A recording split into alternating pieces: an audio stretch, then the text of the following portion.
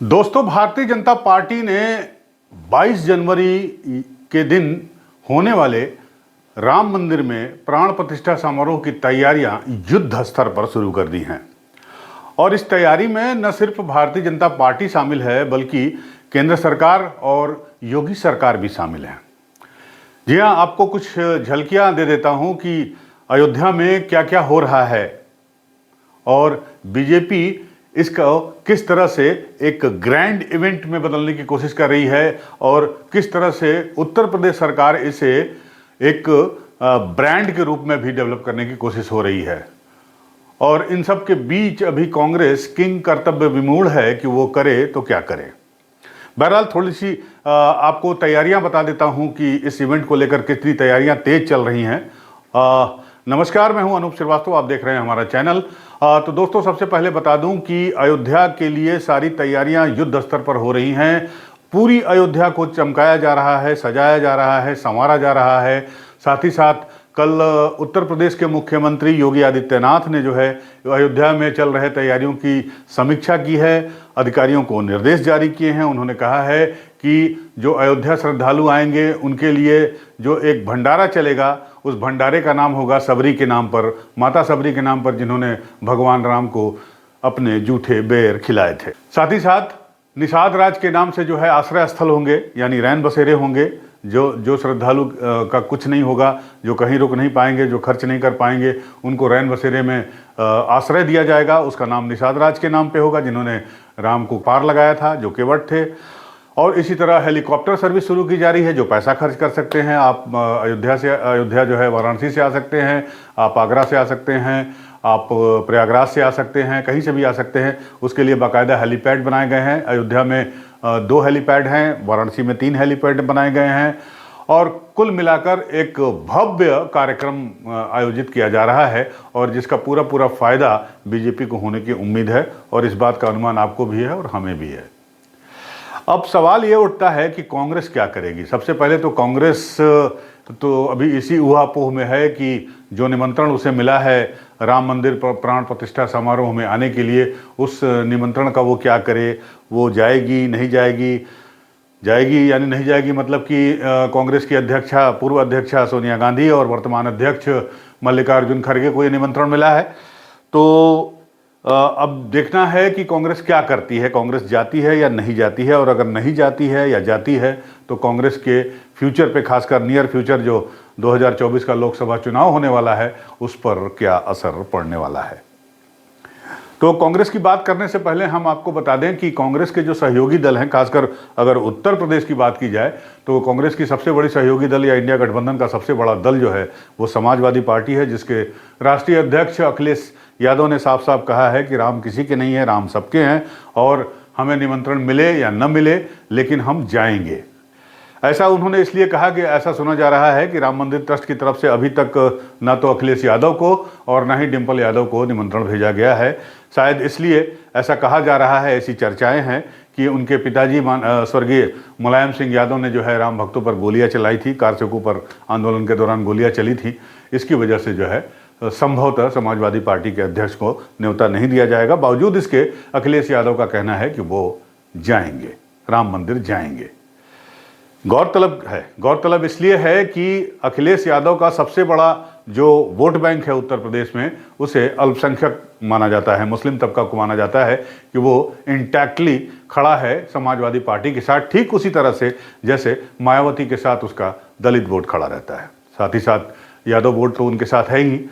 तो अपने इन मुस्लिम मतदाताओं या अपने इस वोट बैंक की चिंता न करते हुए या उनके जाने से, अयोध्या जाने से, राम मंदिर जाने से, अगर अखिलेश यादव या डिंपल यादव को ये डर नहीं है कि मुसलमान वोट उनसे विमुख हो सकता है या मुसलमान वोट उनसे छिटक सकता है, तो कांग्रेस को किस बात का डर है।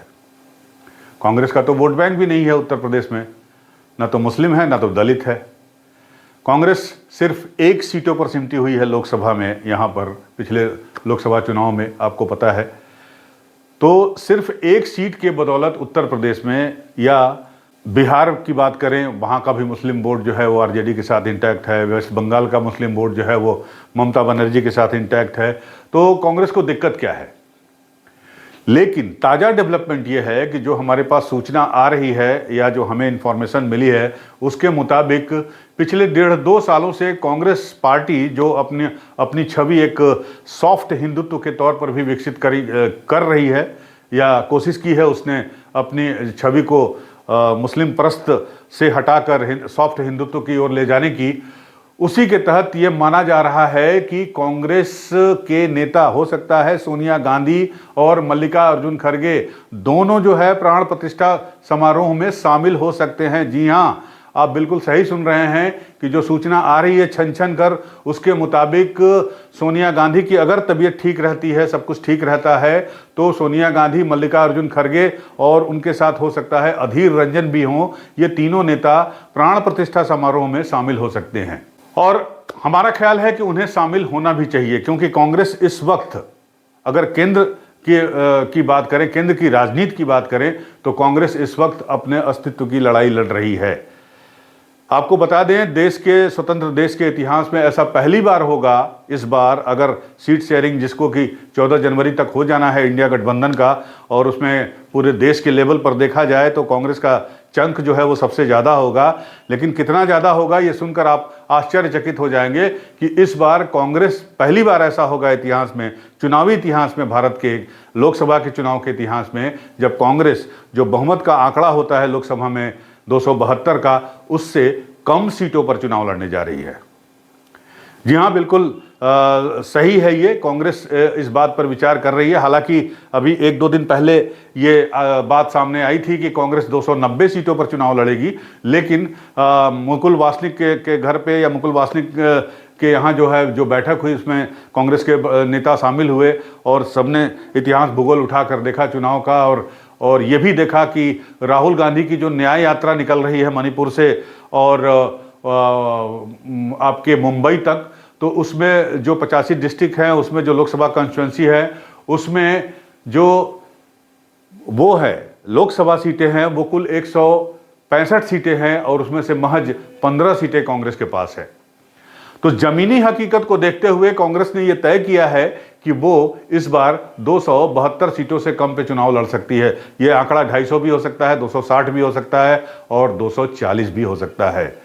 तो अगर कांग्रेस इस पर तैयार हो जाती है कि वो 250 के आसपास की सीटों पर चुनाव लड़ती है लोकसभा का चुनाव, और कांग्रेस के नेता अगर राम मंदिर प्राण प्रतिष्ठा समारोह में शामिल होते हैं, तो कांग्रेस का सर्वाइवल हो सकता है इस चुनाव में। जी हाँ, मेरा दावा है कि अगर कांग्रेस के नेता अयोध्या जाते हैं, राम मंदिर समारोह में शिरकत करते हैं और दुनिया को दिखाते हैं कि नहीं, हमारे जो मुस्लिम परस्त छवि है उससे हम इतर हैं, ऐसा कोई भी बंधन हमारे साथ नहीं है, ऐसी कोई भी हमारी इमेज नहीं है जिसमें हम किसी एक तबके के साथ खड़े हैं और किसी एक तबके के साथ नहीं खड़े हैं। रहा सवाल राम मंदिर के इतिहास का, तो आपको बता दूं कि जो 3 मेजर इवेंट हुए हैं राम मंदिर के इतिहास में, उसमें जो है कांग्रेस की ही सरकार थी, केंद्र में कांग्रेस के ही प्रधानमंत्री थे। पहली बार जब वहाँ मूर्ति रखी गई, बाबरी मस्जिद का ढांचा जहाँ पे था, तो उस समय जवाहरलाल नेहरू प्रधानमंत्री थे।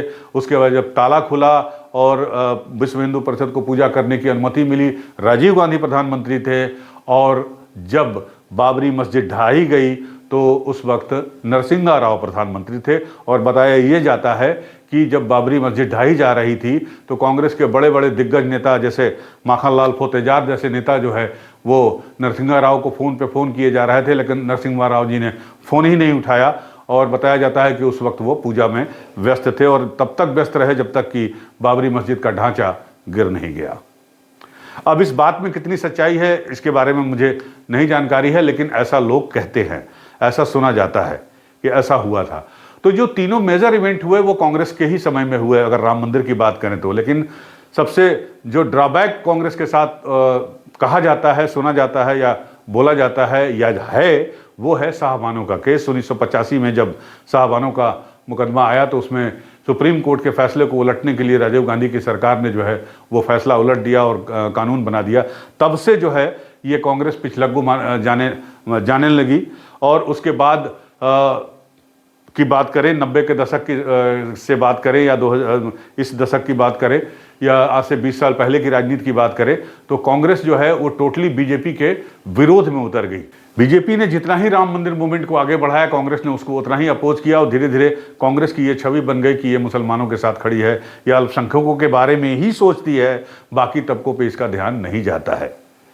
एक सेकुलरिज्म की जो बात की कांग्रेस ने, उस सेकुलरिज्म को पिछले 8 सालों से या 9 सालों से या यूं कहिए 10 सालों से भारतीय जनता ने या हिंदुस्तान की जनता ने नकार दिया है। भारतीय जनता की इस मानसिकता को कांग्रेस नहीं समझ पा रही है कि भारत के लोग, खासकर जो बहुसंख्यक तबका है, हिंदू तबका है, अब वो मानता है कि ये देश हमारा है, इस देश में हम लोग रहते हैं, हमारी बहुतायत है, हम जो है ज़्यादा है या हम बहुमत में हैं, तो यहाँ पर हमारी चलनी चाहिए, किसी और की नहीं। लेकिन दिक्कत यह है कि जब कांग्रेस की सरकार आती है या उत्तर प्रदेश में समाजवादी पार्टी की सरकार आती है तो हमारी नहीं चलती है, बल्कि अगले की चलती है। इस चीज पर रोक लगा दी मोदी और योगी ने। यही कारण है कि लोग मोदी और योगी की तरफ आकर्षित हैं। और इस इवेंट के बाद, राम मंदिर के इवेंट के बाद, ये धारणा और बलवती हो जाएगी कि अगर कोई उनके लिए खड़ा है, यानी हिंदुओं के लिए कोई खड़ा है, तो सिर्फ और सिर्फ भारतीय जनता पार्टी है। लोगों का यह भी कहना है, मैं आम लोगों से बातचीत करके बता रहा हूं आपको, लोगों का यह भी कहना है कि अगर मुस्लिम लोगों के लिए मक्का मदीना जैसी पवित्र जगह हो सकती है, जो कि एक सिंबॉलिक है कि भाई ये अल्पसंख्यकों के लिए, पूरी दुनिया के अल्पसंख्यकों के लिए एक बहुत ही पवित्र और पाक जगह है, जहां दुनिया भर के मुसलमान जाते हैं अकीकत पेश करने, खुदा के सामने सर झुकाने, और वहां जाने को अपना सबसे बड़ा तीर्थ मानते हैं। तो ऐसी ही एक जगह अगर मोदी की सरकार ने या भारतीय जनता पार्टी ने आंदोलन करने के बाद मोदी की सरकार में, मोदी के नेतृत्व में, अगर ये ऐसी ही एक जगह अयोध्या में बना दी है जिसका कि उद्घाटन होने जा रहा है, तो पूरी दुनिया के हिंदुओं के लिए ये आकर्षण का केंद्र होगा। अमेरिका से, रूस से, जापान से, ऑस्ट्रेलिया से, इंग्लैंड से, कनाडा से, हर जगह से लोग, जो भी हिंदू धर्म को मानता है, सनातन धर्म को मानता है, वो एक बार कोशिश करेगा कि ज़िंदगी में अयोध्या ज़रूर आए। ठीक उसी तरह जैसे हर मुसलमान भाई की ये कामना होती है, ये एक दिली इच्छा होती है कि वो ज़िंदगी में एक बार मक्का मदीना ज़रूर जाए। तो अब आप सोचिए कि हिंदू किसको वोट देगा? जब चुनाव आएंगे तो क्या करेगा हिंदू? किस आधार पर वोट देगा? क्यों नहीं देगा वो भारतीय जनता पार्टी को वोट? तो लिहाजा मेरे कहने का लुब्बे लुबाब ये है कि कांग्रेस पार्टी को अपनी मुस्लिम परस्त छवि से निकलना होगा। साथ ही साथ उसके जो सहयोगी दल हैं इंडिया गठबंधन में, उनको समझना होगा, उनको बराबर का महत्व देना होगा, और अपनी मुस्लिम परस्त छवि से निकलने के लिए कांग्रेस को, या कांग्रेस की पूर्व अध्यक्षा सोनिया गांधी को, कांग्रेस के वर्तमान अध्यक्ष मल्लिकार्जुन खड़गे को अयोध्या आना होगा। उन्हें दिखाना होगा कि हाँ, हम भी राम को मानते हैं और हमारी भी आस्था राम में है। ये व्यक्तिगत तौर पे ही नहीं है, सार्वजनिक तौर पर भी है। और हम किसी भी तबके के खिलाफ नहीं हैं और किसी भी तबके के साथ नहीं खड़े हैं, हमेशा के लिए, परमानेंटली। तो दोस्तों, मेरा ख्याल है आज की चर्चा यहीं पर समाप्त की जाए, और हमें पूरी उम्मीद है कि कांग्रेस पार्टी इस मौके को हाथ से नहीं जाने देगी और अपने ऊपर किसी प्रकार का कोई ठप्पा नहीं लगने देगी।